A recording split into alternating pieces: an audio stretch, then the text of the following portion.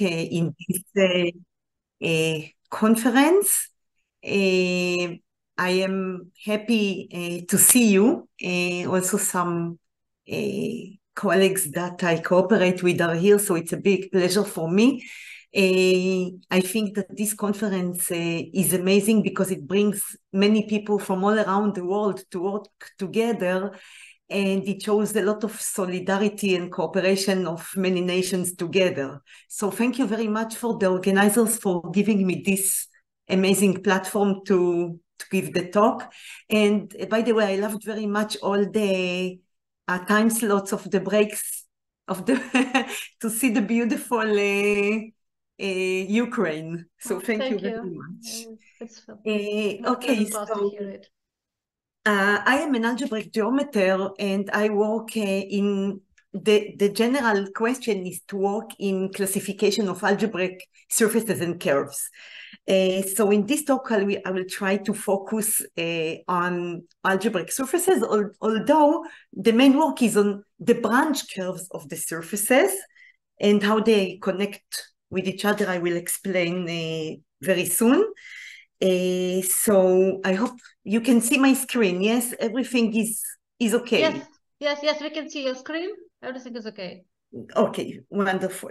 So as I say, the main goal of the research is classification of algebraic surfaces in the moduli space.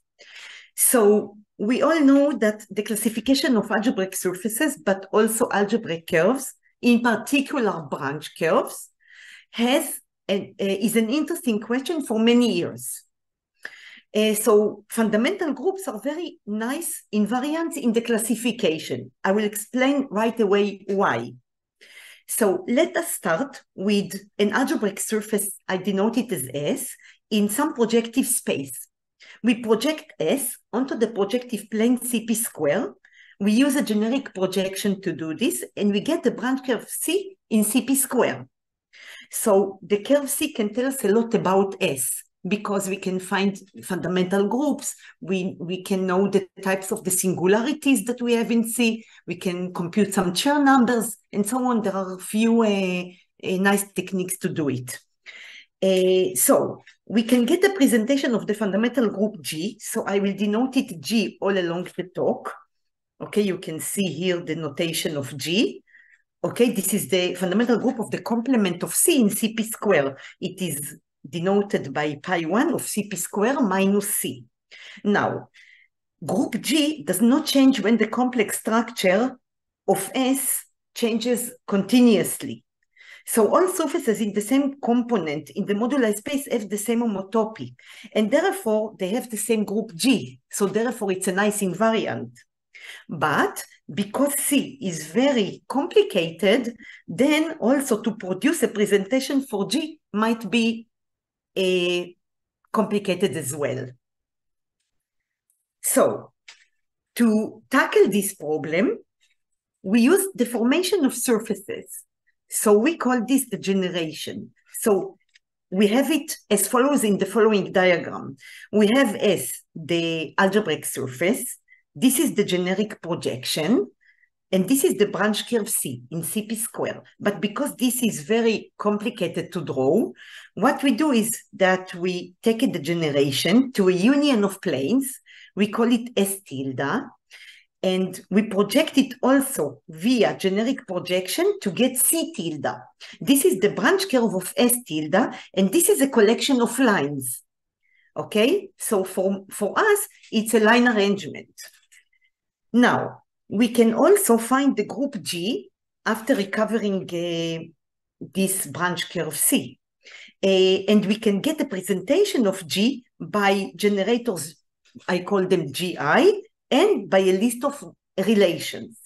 Now, an example of a degeneration is the following yellow picture, okay, where I take a degeneration of a torus into a triangle, and here I take the projective line twice, so I get something like a cylinder. Therefore, I call it a non-planar degeneration.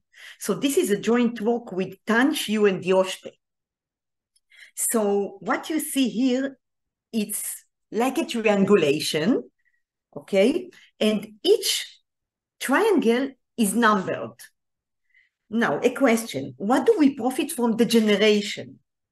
The answer is that when we have the group G, we draw the picture of the dual graph. So the dual graph should be something like this. Okay, this is the dual graph.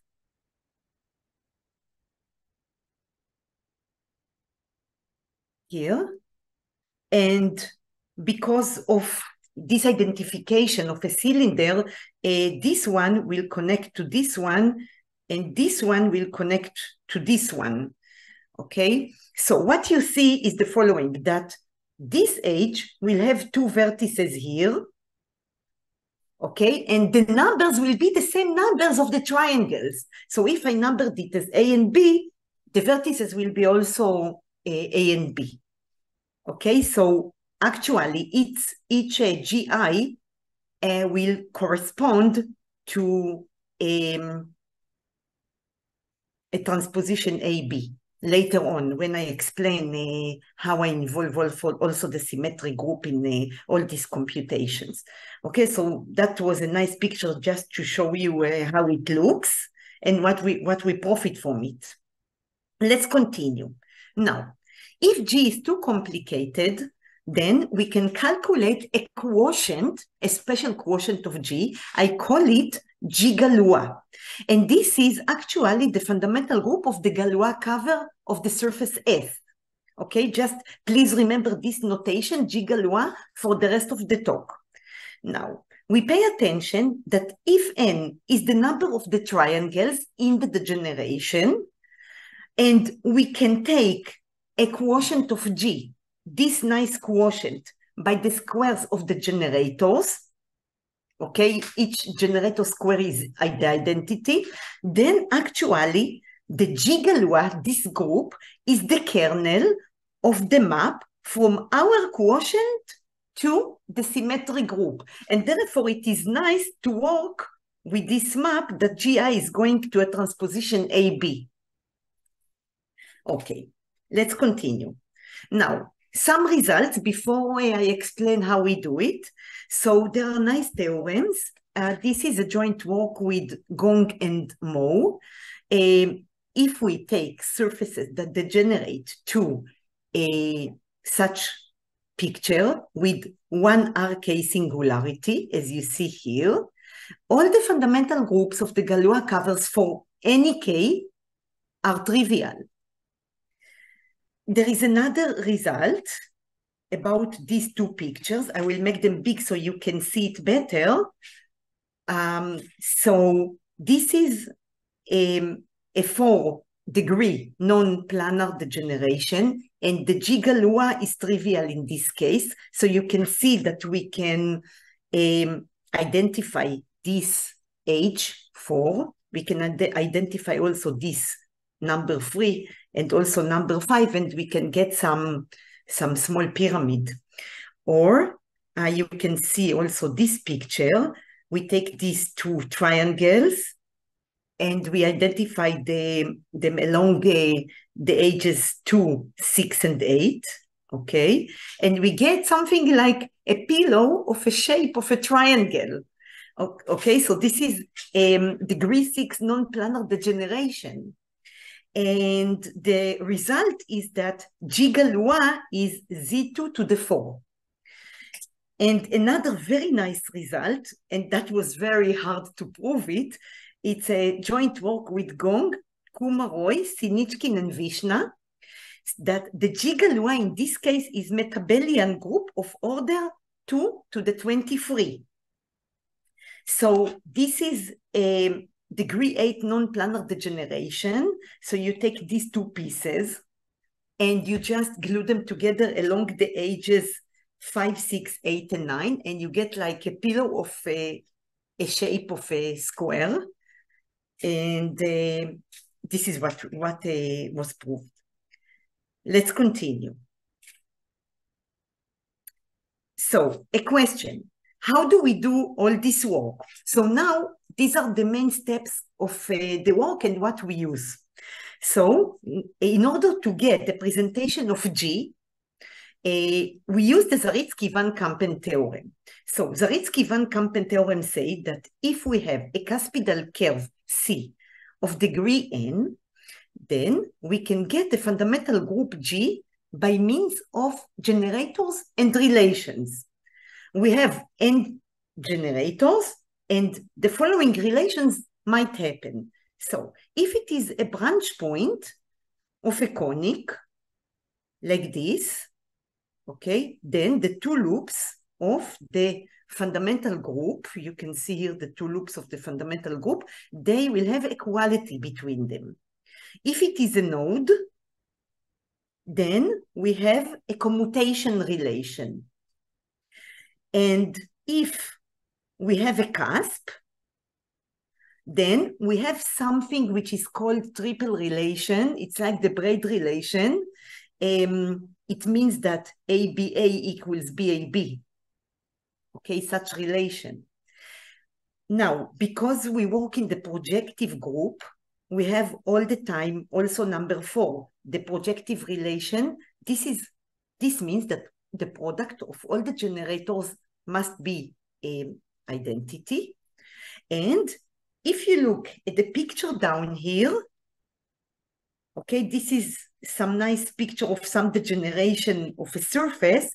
You can see that there are also some lines that in the degeneration itself, they don't meet. For example, 21 and 24, for example. Okay, you can see these two lines. But when we project it onto CP squared to get the collection of lines, C tilde, then they might meet, and therefore we add also commutator relations for all these edges that might meet in CP squared. Okay, so now we have a G, okay, but it is also very hard to compute G by hand. So from now on, we will move to some nice softwares, to Magma, and more to other softwares jointly constructed with Sinichkin from Tel Aviv University. So the first software that was constructed takes equations of the components in the branch curve C and gives us an output, as an output, the presentation G with the generators and the relations. So this means that we save a lot of time by doing the Zariski-Van Kampen theorem. So here you can see some screenshot of an output from this software. For example, here you can see some commutation relation. Number 2 is, for example, equality relation from a branch point relation, and so on. So we will get a full list of G, but of course there is a lot of work after this. So then, after this first software giving us this output of G by means of generators and relations, then we can consider the quotient with the squares of the generators. We take this presentation with the squares of the generators equal to identity, and we put it into Magma. So here you can see some screenshot of some inputs put into Magma. For example, here, yes, we define all the generators. For example, here, 32 generators for some specific example. Here you can see some triple relation, some commutation relations. This is the projective relation. The product of all the generators is the identity, and then we run the Magma. So what is good in Magma? Magma can simplify presentations of groups in general and of fundamental groups in particular by means of generators and relations. But what is nice, Magma simplifies the presentation and eliminates few generators from the presentation. Now we can look at the simplified presentation and decide how we continue. We can continue in a manual way to simplify by hand, okay, or to use another software. So in this stage, I would not recommend to simplify manually because it's crazy. So this is the time to use the second software. Okay. So before using the second software, I want to remind you few facts about arting groups. So very quickly about arting groups. If T is a planar graph, not necessarily simple. AT is an arting group with generators that are the edges of T, and the relations can be one of these three types. So if two edges meet in a vertex, they will have this braid relation of the shape U1, U2, U1 equals U2, U1, U2. If they are disjoint, then they will commute, of course. And if two edges meet in two vertices like this, then they will generate a free group. So this was very quick recall from arting groups, but now we follow a joint work with Lawrence and Vishna about arting groups. So in this work, a quotient AYT was defined. This is a quotient of the arting group that might have these possible relations. So if three edges meet in one vertex, then we will have some commutation relation such that V commutes with a conjugation of U by W. But because they meet, each pair meets in a vertex, they have also some braid relation between them, so we can play with this relation and to get all these versions of commutations. So we can use what is convenient for us in order to simplify the group. Now, we can have also such shape in the graph. So in this case, we will have some braid relation of this shape. If we have such thing in the dual graph, then we will have a commutation between a conjugation of X by V and of U by W. And if we have such shape in the dual graph, then you can see that we have, again, this braid relation between these conjugations. Now, why is it good? How do these groups help us in our work? So we know that a map from the arting group to the braid group induces a well-defined map also between AYT and the braid group. Now, if T is a connected graph, not necessarily simple, but without loops, then only one holds. One was this one, that three edges meet in a vertex. And there is a projection from AT to the Coxeter group. It means just to add the squares of the generators is the identity. So here we can see a very nice diagram that combine all these Coxeter and arting groups together. We know that AT can be mapped to AYT, and AYT can be mapped to the braid group. The braid group can be projected to SN. Here from AYT, we can go also to some quotient CYT of the Coxeter group by squares of the generators. And of course, there is a map also from arting group to Coxeter group. And now let's continue with the work, following the work with Lawrence and Vishna. So we know that the kernel of this map can give us also information about the kernel of this map. Okay, it's a lot of work, and it's very nice to see this in the diagram, but you know that to compute kernel of maps, it's all the time complicated, but all these diagrams help us a lot. So it happens, of course, when T is a planar graph, simple or not, and of course, N is the number of the vertices. Now, in this paper, we have also some nice result that CYT the Coxeter quotient is isomorphic to a semi-direct product of the symmetric group Sn and some nice group which is called Ftn. So here we define the group Ftn. It has some generators which are called Uij to the R, but I call them Uij for convenience.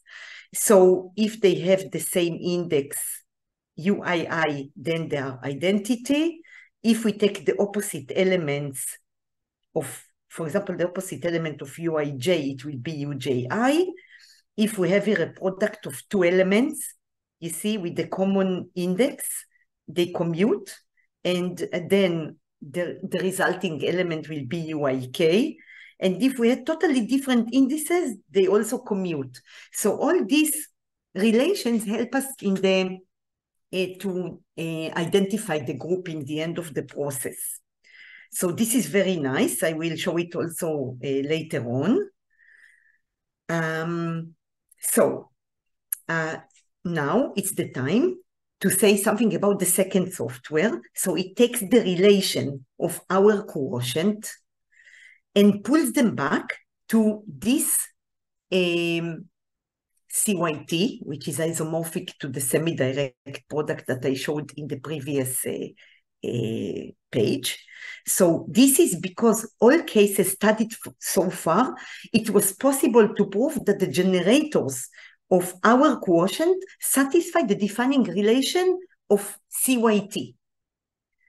Now, we do it by taking the dual graph of the quotient, of our quotient, and assign to each edge two vertices that represent a transposition within the symmetric group Sn. So let's say that this is the dual graph of our quotient of G. So you can see the vertices, okay, and they are labeled with letters or numbers, it doesn't matter.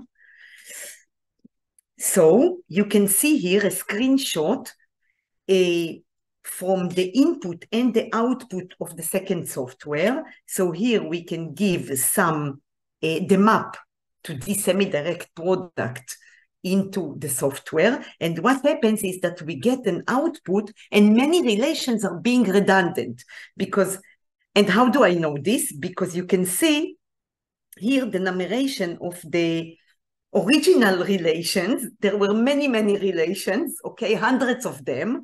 But what happens is that when we run the second software, then many relations are being redundant. You can see according to the numbers.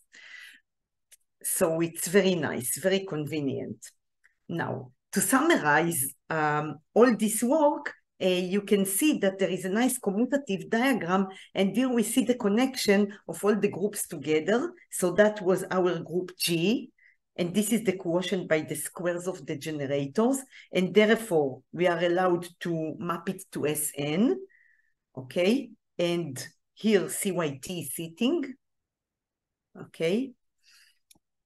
And let's continue.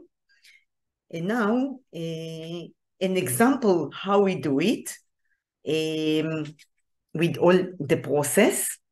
So we take a non-planar degeneration in this figure. Okay, you can see two pieces, two planar pieces that are glued together along the edges 5 and 6. Okay, so we get something like an open pillow. Okay. After simplifying the presentation of our quotient in magma, we draw the dual graph. Okay, these are the generators that are left after simplifying it magma. And we have a well-defined surjection, I call it phi, from CYT to our quotient. How? This map sends the generator corresponding to an edge E to the generator Gi in our quotient, where I is the label on the edge E.